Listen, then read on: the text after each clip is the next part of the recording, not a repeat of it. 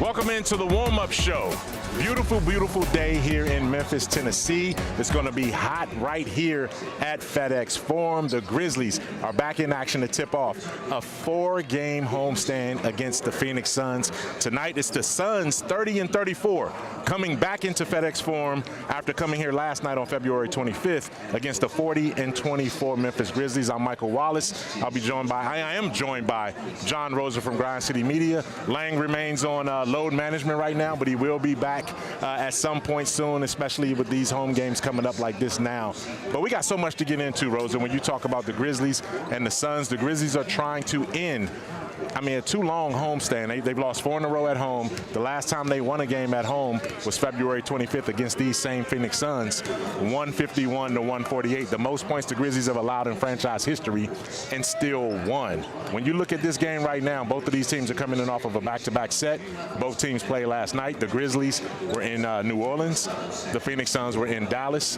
What's going to be a key coming into tonight? What are you looking for right off the tip for tonight's game? Well, first I was going to say they didn't allow me to bring it on the court. I tried to bring my broom because this could be a season sweep if the Grizzlies win tonight. 3-0, they lead the Suns. I think a couple of big things. When I look at last game was pretty much dead even between these two teams, 151-148, and it was pretty much a dead even game the entire way. I mean, it's a Kevin Durant shot at the buzzer away from the Suns winning, that basketball game. A chase down three-pointer. I think the Grizzlies handled the first 2 games better. Coincidentally, the Grizzlies led up to the first quarter of both games in Phoenix, 36-26. I think a big thing in those first 2 games, a combined 36 offensive rebounds for the Grizzlies in those first 2 games in Phoenix. They also won fast break points in the first quarter, a combined 16-7. I think the Grizzlies getting those early offensive rebounds in the first quarter, getting second chance points, getting out and being able to run on those Suns misses. If they can make the Suns miss, because they do have 2 players in Devin Booker, Kevin Durant, who can be absolutely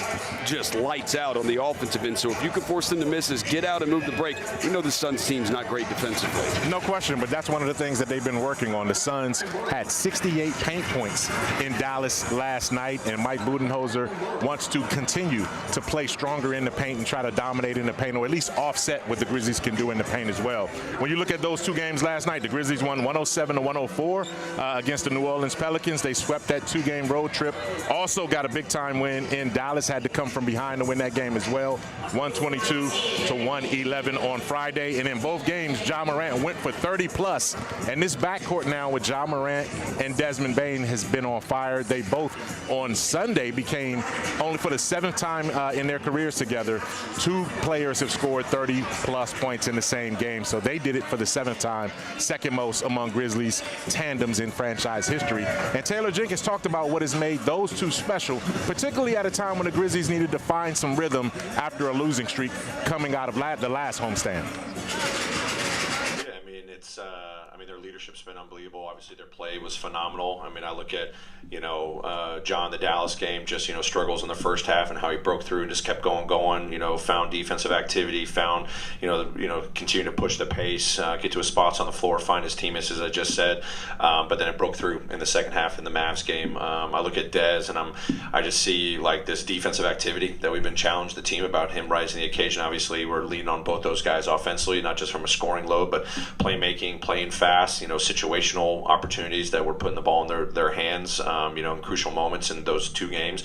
But Dez is like averaging 12 defensive rebounds or something in the last, 2 games, over 20 total. I'm just impressed with that. We're leaning into smaller ball lineups right now with obviously Jaren out and Santi out. So, for him to rise that occasion, knowing that the guard emphasis on rebounding has been a big weakness of ours, I'm glad he's kind of taken it under his belt. So those guys are identifying different ways to impact winning, as the team's having to navigate, this tough stretch.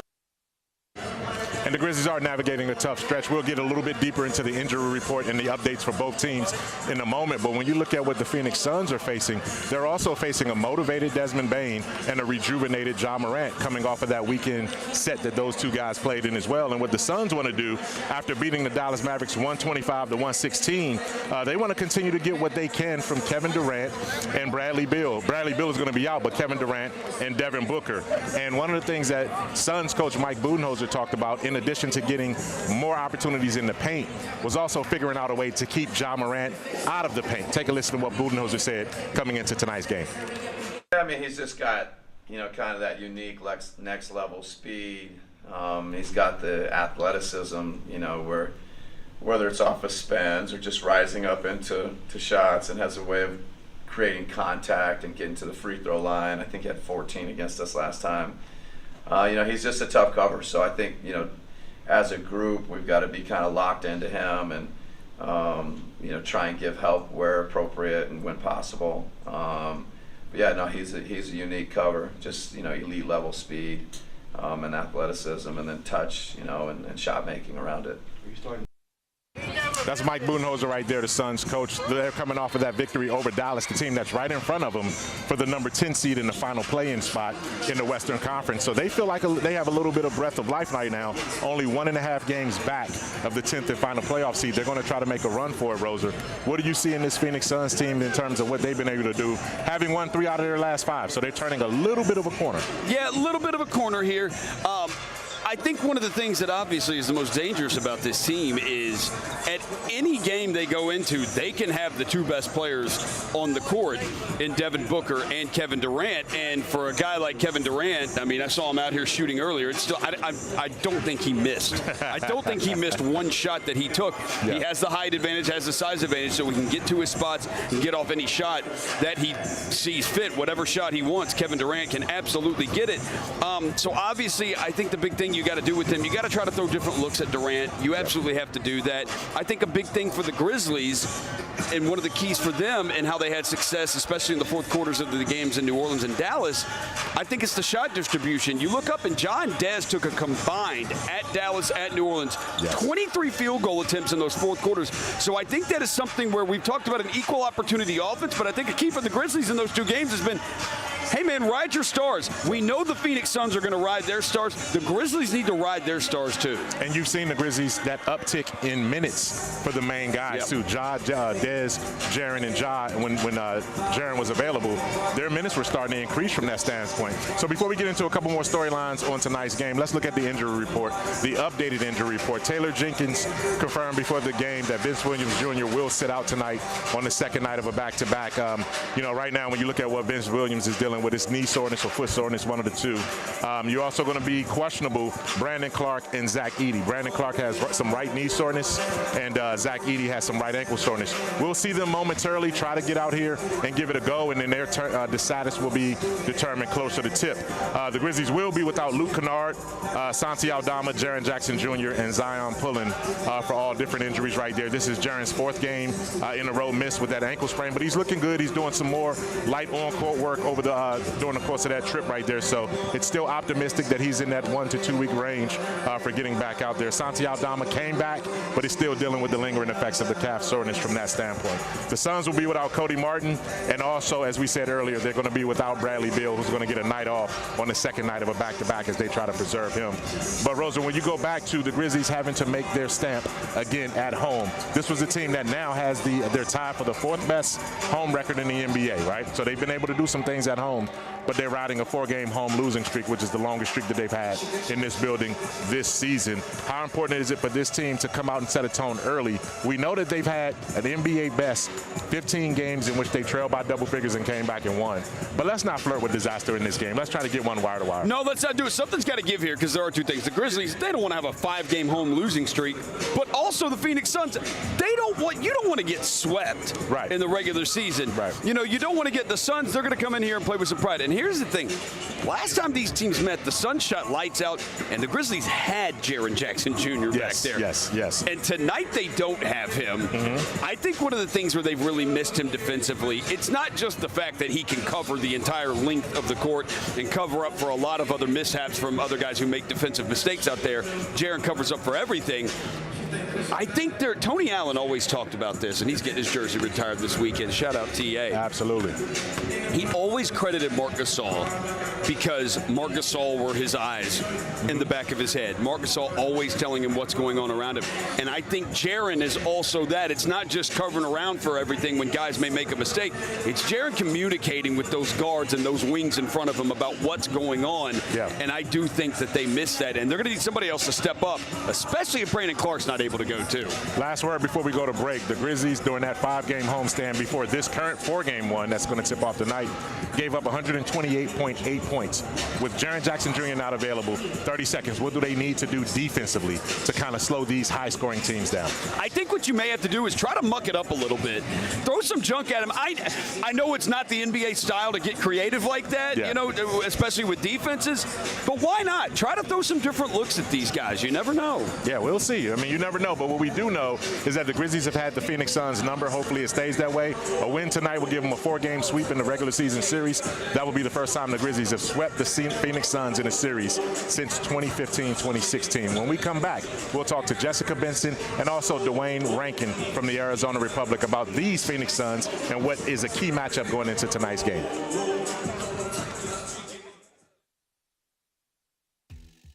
Number 9, man. I'm going to be ready and hype. Let's just gonna be hype. My banner going to be up right next to my brothers, Zebo, Big Spain. It's a great feeling, man. Never imagined this. I didn't think this would ever be a thing, and it's one of the biggest days of my life. I'm looking forward to it.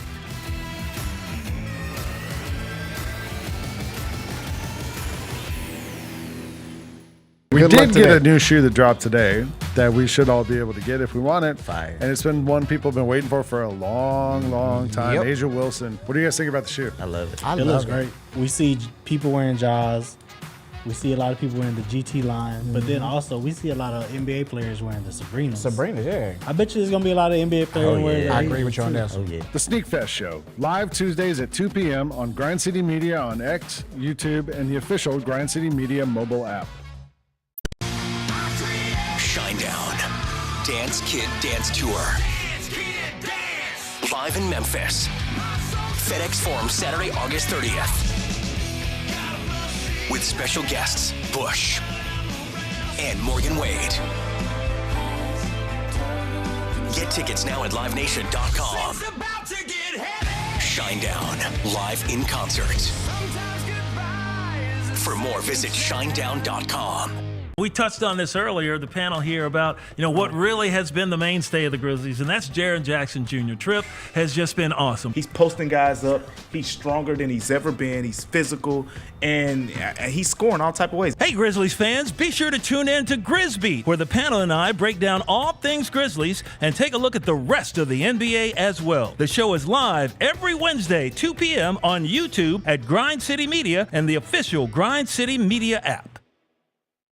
Are you aware of the story of Larry Brown and John Calipari coming to see you at an AAU tournament? I knew Coach Calipari was in the crowd. I had this incredible game. I had maybe 17 dunks in the first half or something. One of my guys was like, "Yeah, I think Coach Calipari was speaking with one of the NBA scouts, and they're saying, yeah, you're not going to go to college, bro. You're going straight to the league." I was like, "That's the plan, but if I don't, I definitely want to go to Memphis," and that's how I went down. The Gary Parrish Show, live on weekdays at 10 a.m. on YouTube at Grind City Media and the official Grind City Media app.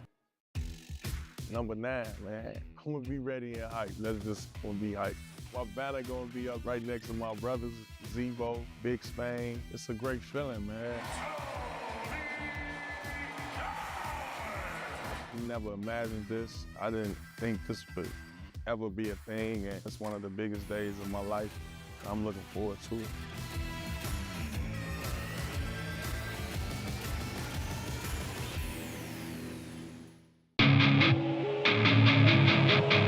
Our fans have a huge impact on our ability to play to the level that we're striving for. Drop off, Durant. Oh! Well, you wanted home crowd involvement. I love those moments where you see our guys engaging in the fans, and the fans just get pumped up. They are standing in FedEx Forum. I would hate to be on the other side with the opposition when FedEx Forum's rolling. That's such an unbelievable relationship that our group has with our fans. Where will Aaron Rodgers play? Gosh. God, I can't believe we're doing this again. You know who it's going to be. Who? Tennessee Titans. Tighten up. Oh, no. You know they're going to do it. You know they're going to do it. Oh, no. Tune in to the Jessica Benson Show with CJ Hurt, live every weekday at 8 a.m. on YouTube at Grind City Media and the official Grind City Media app.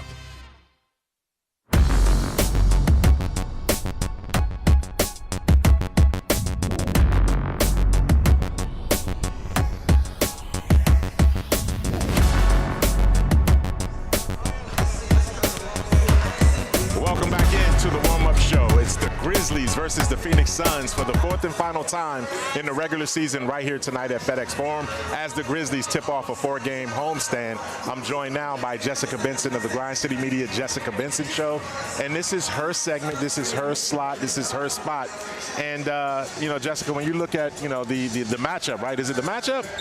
Is it the main character? I was trying not to look. I'm filling in. I'm coming off the bench for Lang in this role right here. It starts with an M. Yeah. I said matchup, main character. Yeah. When you look at the main character, as a real quick update, the Grizzlies, I can tell you who won't be the main characters tonight. Well, I'll tell you who the main character is because of who will not be the main character. Okay. So Grizzlies updated the injury report. There will be no Zach Edey. There will be no Brandon Clark. There will be no Vince Williams Jr. So those 3 guys came in as questionable. There's also going to be no Luke Kennard, Santi Aldama, or Jaren Jackson Jr.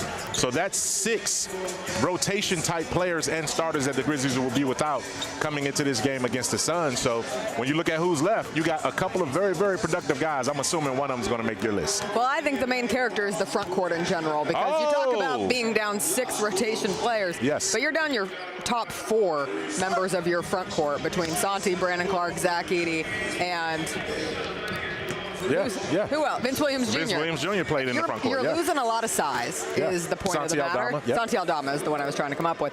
Ultimately, it leaves you with Jay Huff. It leaves you with Marvin Bagley, who we have seen just a smidgen of. You have John Conchar, who's been shifting into that role in Jaren Jackson Jr.'s absence. You have Lamar Stevens. And those are 4 players who have not had a lot of run for this team. And so to see how they level up, match up against this Suns team that scored 148 points the last time they were in the building, a team that has put an emphasis on scoring in the paint. The addition of Bol Bol. I give the Grizzlies credit for the beginning of the discovery of Bol Bol this season, but who guards Bol Bol tonight? I mean, it's a true question. And who guards Kevin Durant? Jalen Wells, I would assume, will take on that assignment when it comes to the starting lineup. But Kevin Durant, yes. We'll look at what Gigi Jackson is able to add to the mix. You can see extended run there. And for Gigi, defense has been something that's been a struggle of his since his return. And the Grizzlies have to turn it up on defense. It's one thing to have a little bit of improvement between the Pelicans last night and a very depleted Mavericks team on Friday. It's another against this Phoenix Suns team that is fighting for their playoff life right now. They are. They won 3 out of their last 5 games. They're 1.5 games behind the number 10 seed, trying to get that last play in so that they can at least have some postseason pulse. And they're coming at it. And the Grizzlies don't have any ground, to sacrifice either, right? I mean, they're in the 4th spot right now, barely a game ahead of Houston for 5th. And this is a team that plays Houston after they play the Grizzlies, the Phoenix Suns. So it's like a round robin going on right now when you look at that. You talked about looking at the front court. Also want to ask you, what have you made of, and I saw you were tweeting out there as well, too, about the production that Ja Morant and Desmond Bane collectively combined for in these last couple of games. What have you seen different sort of from their approach over the last 2? Well, it'll sound silly, but it takes a lot of the pressure off of the front court. Different positions, but if Ja Morant and Desmond Bane play at the level that they have these last 2 games, it definitely takes some of the burden off of anyone else. Now, in a perfect world, they are getting help from a variety of players on this roster, but they have shown an ability to level up in their play, in their leadership. I loved the conversations that came out of the Mavs game of Ja saying how Desmond Bane has been the one who has constantly reminded him, like, you are him, you can do this. We need you to be this version of Ja for us to achieve the greatest of heights this season. And then also with the kind words that Ja says in return to Desmond Bane. And when you look at the 120 combined points over those last 2 games, the rebounding numbers are huge. Now, some of that's skewed because Desmond Bane had 16 in the game against the Mavs. But Ja still had 7 or 8. But Ja is still grabbing boards. And to me, that shows effort, right? That shows a Grizzlies backcourt that isn't just here to put points on the board, isn't just here to facilitate the offense, but they're here to set the tone as well, and that's so important. And that's what Taylor Jenkins also said, to your point right there. This has to be an all-hands-on-deck rebounding assignment for a lot of smaller guys. They got to play small, so the smaller wing players have to commit to rebounding the basketball. Jessica, I want to thank you for stepping in. This was supposed to be your off night on the warm-up, but you still threw on, threw on the uniform and jumped in for us. We really appreciate that. And when we come back, we got a nice message here. If you haven't seen the Tony Allen documentary, The Grind Father, on Grind City Media's and the Grizzlies YouTube channel, you need to check it out. But here's a nice little clip right here to get you whet your appetite for that documentary if you hadn't seen it yet. Tony Allen, the grandfather, Mr. First Team himself. How would you describe Tony Allen?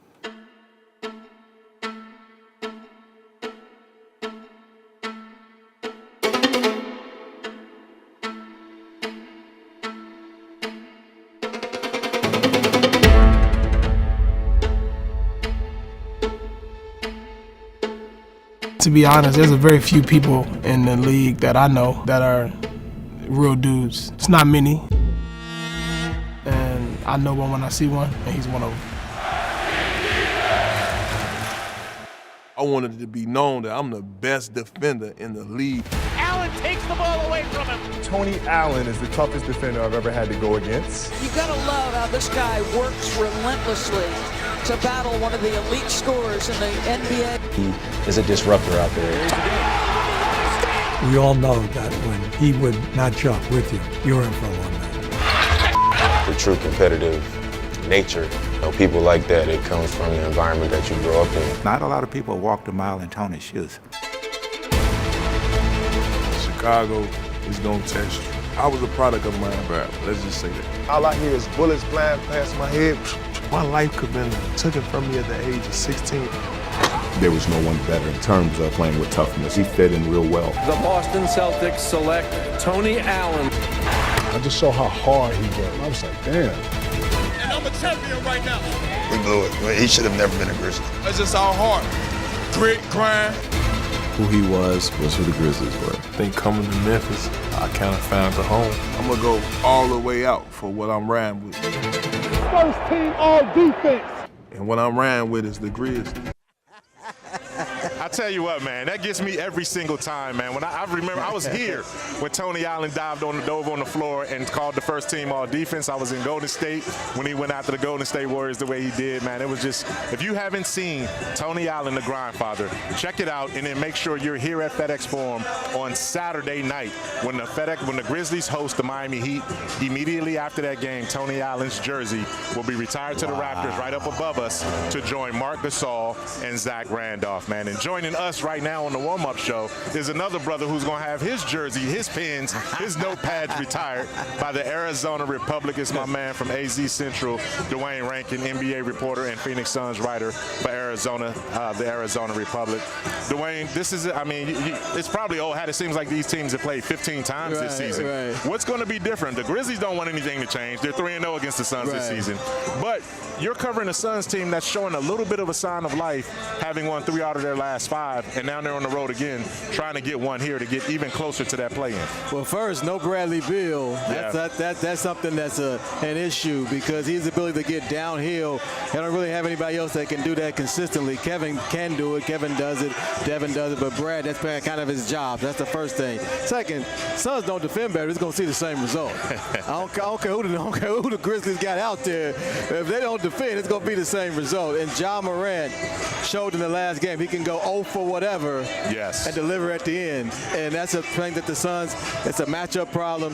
Tyus has trouble guarding him. The whole team does. So it's going to be more focused on Ja. I'm curious to see how the Suns defend him. If they can manage him a little bit, they'll have a chance. If they can't, it'll be the same result. Well, the Suns did struggle throughout this season in the first 3 games defending Jaren Jackson Jr. He was able to get just about anything he wants.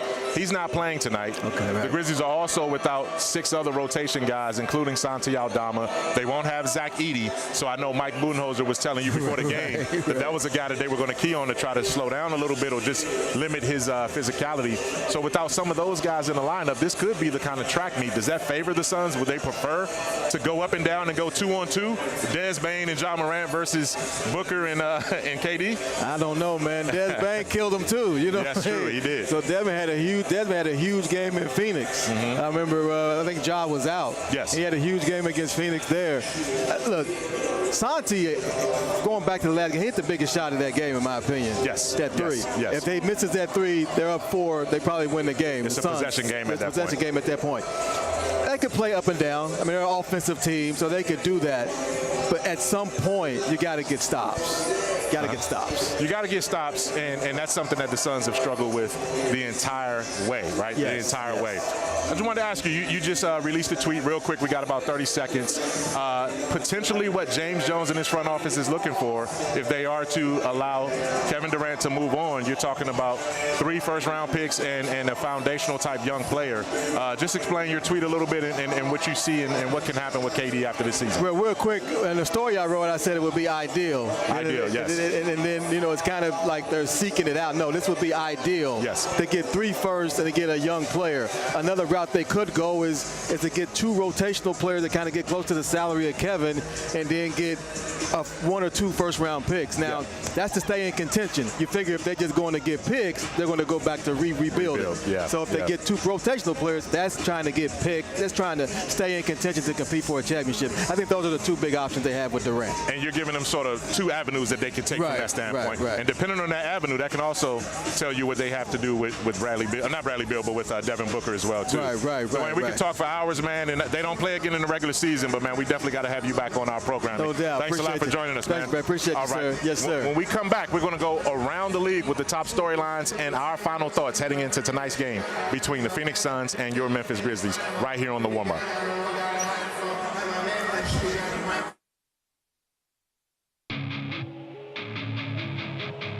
Our fans have a huge impact on our ability to play to the level that we're striving for. Drop off, Durant. Oh!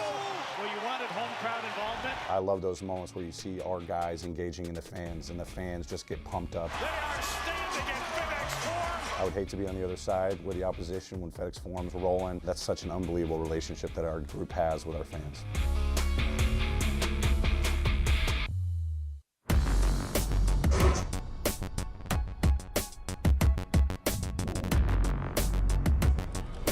All right, we're ready to wrap up the warm-up, but before we wrap up the warm-up show like we always do around this time, we hop around the league, and I'm joined back by Jon Roser from the Chris Vernon Show and all other, the Odds Couple and everything else we do. Everything else we do here at Grind City Media. So let's get right into it, man. We got about 3.5 minutes to go through these storylines, so let's go on a fast break here. LeBron James versus Stephen A. Smith. I would ask you who you got. I would ask you that, but I know how you feel about LeBron James. Having said that, you saw the fallout between these two guys.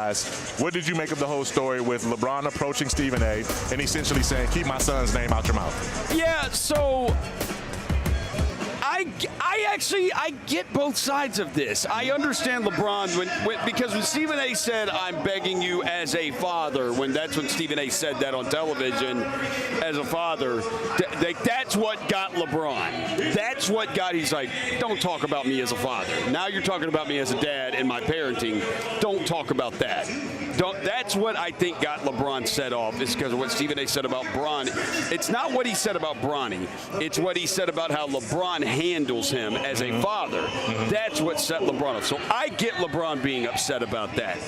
On the other side of it is, it's 2025. Your son's an NBA player. Your son's only got drafted because of who his dad is, and got drafted by that team because it's who his dad plays for.